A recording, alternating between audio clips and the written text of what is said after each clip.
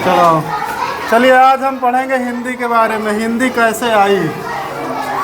तो सभी भाषाओं की जननी क्या होती है? सभी भाषाओं की जननी कौन सी भाषा है? संस्कृत। संस्कृत के कितने रूप होते हैं? दो। एक कौन सी है? वैदिक संस्कृत। दूसरी कौन सी है? लौकिक संस्कृत। फिर उसके बाद कौन सी भाषा आई? पाली भाषा। पाली भाषा के बाद प्राकृत भाषा। प्राकृत भाषा के बाद अपभ्रंश। इसी का बिगड़ा हुआ रूप क्या है? अवहट्ट है। और इसी अपभ्रंश की एक शाखा है जिसका क्या नाम है? सौरसेनी अपभ्रंश। इसी सौरसेनी अपभ्रंश से हमारी हिंदी का निर्माण हुआ है, जन्म हुआ है। अब इसका टाइम पीरियड देखिए। संस्कृत जो है वो 1500 ईसा पूर्व से 1000 ईसा पूर्व तक। कौन सी संस्कृत थी? वैदिक संस्कृत। उसके बाद लौकिक संस्कृत कितने से है? 1000 ईसा पूर्व से 500 ईसा पूर्व तक। फिर उसके बाद पाली भाषा। पहले इसमें संस्कृत में देखिए, संस्कृत को क्या कहा जाता है? सभी भाषाओं की जननी कहा जाता है। संस्कृत कितने रूपों में है? दो रूपों में। कौन कौन सी? पहली है वैदिक संस्कृत, दूसरी है लौकिक संस्कृत। वैदिक संस्कृत में हमारे क्या मिलते हैं? वेद और पुराण मिलते हैं। वेदों की संख्या कितनी है? अभी कल बताए थे क्लास में, 4 हैं। कौन कौन से हैं? 4 वेद कौन कौन से हैं? ऋग्वेद, सामवेद, यजुर्वेद, अथर्ववेद। फिर उसके बाद पुराण कितने हैं?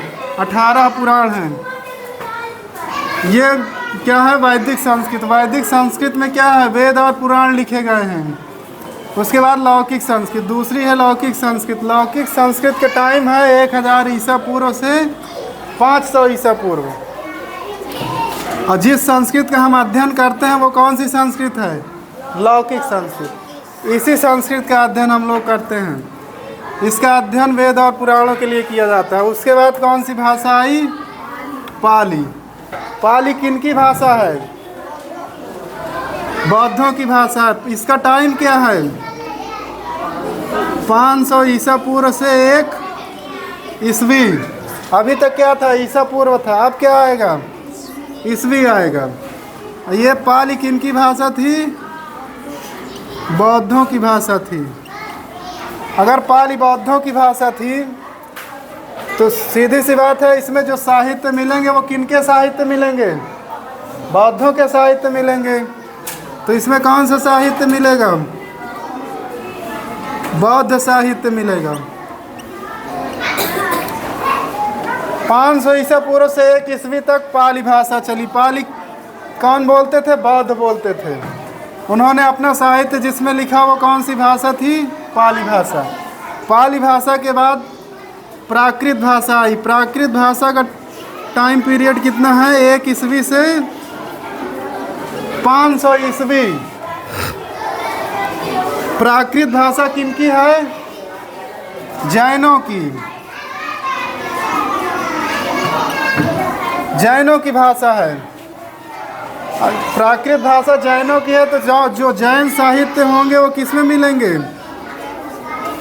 प्राकृत भाषा में मिलेंगे। और जो जैन होते हैं वो कितने प्रकार के होते हैं? 2 प्रकार के। कौन कौन से? अभी कल भी बताए थे क्लास में।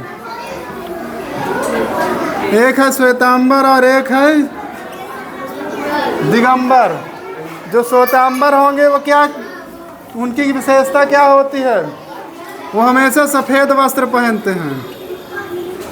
और जो दिगंबर होते हैं वो वस्त्र ही नहीं पहनते हैं। तो प्राकृत भाषा 1 ईस्वी से 500 ईस्वी तक किनकी है? जैनों की है। इसमें क्या है? जैन साहित्य हैं। फिर इसके बाद 500 ईस्वी से 500 ईस्वी के बाद 1000 ईस्वी तक क्या है? अपभ्रंश थी। अपभ्रंश भाषा है। और इसी अपभ्रंश को बिगड़ा हुआ रूप क्या है? अवहट्ट है।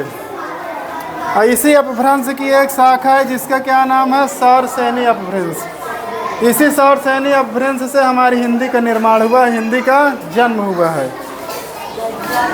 तो 500 ईस्वी से 1000 ईस्वी तक क्या था, हिंदी का विकास तो हो चुका था, लेकिन अगर जब हिंदी का मानक समय पूछेगा